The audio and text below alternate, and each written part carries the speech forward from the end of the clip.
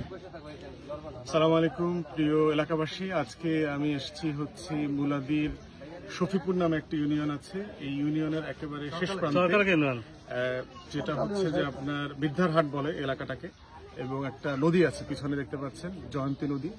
এই নদীটা একটা ছোট ব্রাঞ্চ দেখতে পাচ্ছেন এখানে। এই নদীটা আমি যেখানে দাঁড়ায় আছি সামনের দিকে গেলে এই নদীরই একটা বড় ব্রাঞ্চ আছে, আর পিছনে একটা চর দেখতে পাচ্ছেন। এই চরের পরে আবার একটা নদী আছে।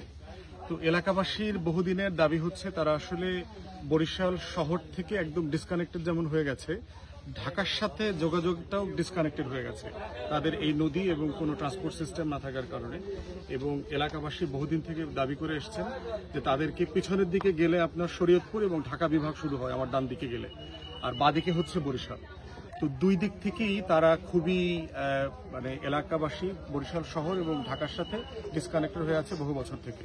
তো সেই প্রেক্ষিতে আজকে আমি এলাকাতে এসেছি এটা বুঝবার জন্য যে আসলে এখানে সেতু করার ভায়াবিলিটি নিয়ে যে আলোচনা হচ্ছিল, এই আলোচনাটা কেন থেমে গেল এবং কোথায় আটকে গেছে। তো আমি এই বিষয়টা আরো বোঝার চেষ্টা করব, এবং আমি যারা সেতু বানান সেই ডিপার্টমেন্টগুলো, রোডসান হাইওয়ে থেকে শুরু যারা করেন, যোগাযোগ মন্ত্রণালয়, সেতু বিভাগ যারা আছেন তাদের সাথে এটা নিয়ে কথা বলবো। এবং 2-3টা লোকেশনে অলরেডি এলাকাবাসীর কাছ থেকে শুনলাম আলোচনা চলছে যে কোথায় আসলে সেতু হওয়া দরকার। তো যেহেতু একদম মোহনা টাইপের একটা এলাকা, চারপাশে আপনার চর আছে, অনেকগুলো নদী আছে এবং নদী ভাঙনেরও বাস্তবতা এখানে আছে, এবং দুই পাশেই নদীর শুধু সেতু করলে হচ্ছে না, সেতুর সাথে আবার কানেক্টিং রোডও নাই। যে দুই পাশে রাস্তাঘাটগুলো আছে, রাস্তাঘাটগুলো ছোট, ভাঙা এবং পিচ ঢালানা।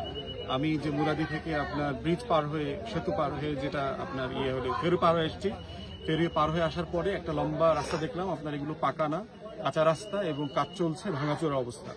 তো ঢাকার সাথে যদি এই সেতুটা করে দেওয়া হয়, এলাকাবাসী পুরো হাইওয়ের সাথে বরিশাল শহরকে কানেক্ট করে ফেলতে পারবে।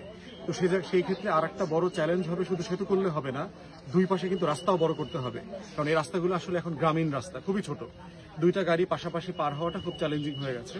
তো সেতু বিভাগকে আমি বলবো যে শুধু সেতুর প্ল্যান না, আপনাদেরকে যেটা করতে হবে, দুই পাশের সড়ককে হাইওয়ে লেভেলে মিনিমাম 2-4 লেনের রাস্তাও এখানে পাশাপাশি বাজেট করতে হবে, প্ল্যান করতে হবে।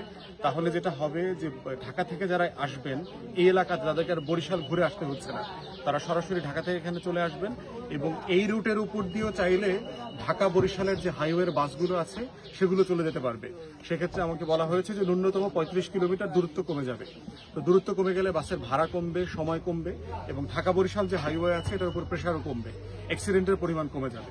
তো সবকিছু মিলিয়ে আমি যোগাযোগ মন্ত্রণালয়, সেতু বিভাগ সবাইকে অনুরোধ করব যে আপনারা যে বিষয়গুলো নিয়ে অলরেডি অ্যাসেসমেন্ট শুরু করেছেন, অ্যাসেসমেন্টটাকে আবার রিভাইভ করা দরকার, কথা বলা দরকার, এলাকাবাসীর সাথে কথা বলা দরকার, কোন এলাকাতে করলে সবচেয়ে বেশি জমির ক্ষতি কম হবে, সবচেয়ে বেশি মানুষকে ভূমিহীন কম করা যাবে, কারণ এখানে জমি অধিগ্রহণের বিষয় আছে। এবং এই সেতুকে ঘিরে দুই পাশে যেন ভালো হাঁটার রাস্তা করে দেওয়া হয়, পার্ক করে দেওয়া হয়। এটা করলে যেটা হবে যে আলটিমেটলি এলাকার মানুষের একটু ঘোরাফেরার জায়গা তৈরি হবে, পরিবার নিয়ে মানুষজন বিকালবেলা একটু নদীর পাড়ে যেতে পারবে, ঘুরতে পারবে, বসতে পারবে। সেই পর্যটন কেন্দ্র যেন সেতুগুলোকে নিয়ে করা হয়, হাইওয়ে একটা দুই পাশে যেন সিনিক বিউটি তৈরি হয়, সেটার জন্য আমাদের আবেদন থাকবে। তো আমি এলাকাবাসীকেও বলেছি যে আমি ঢাকাতে গিয়ে যে রেসপেক্টিভ ডিপার্টমেন্টগুলো আছে সেগুলোর সাথে কথা বলবো। ইতিমধ্যে মিরগঞ্জ সেতু নিয়ে আমরা কাজ করেছি, এবং মাননীয় দুজন উপদেষ্টা কিন্তু মিরগঞ্জে এসছেন, এসে আপনার মিরগঞ্জের সেতু করবেন সেটা ঘোষণা করে দিয়েছেন, এবং আগামী নভেম্বর-ডিসেম্বরে মিরগঞ্জের সেতুটার কাজ শুরু হবে বলে আমরা অলরেডি জেনেছি। টেন্ডার প্রক্রিয়া চলমান, প্রায় ফাইনাল হয়ে গেছে। চাইনিজ অথবা জাপানিজ কোম্পানি এটা নিয়ে কাজ করবেন।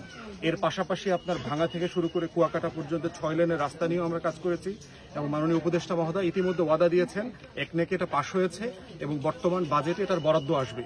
এটারও আমরা আশা করছি আগামী বছরের শুরুর দিকে অথবা মাঝামাঝি কাজ শুরু হবে।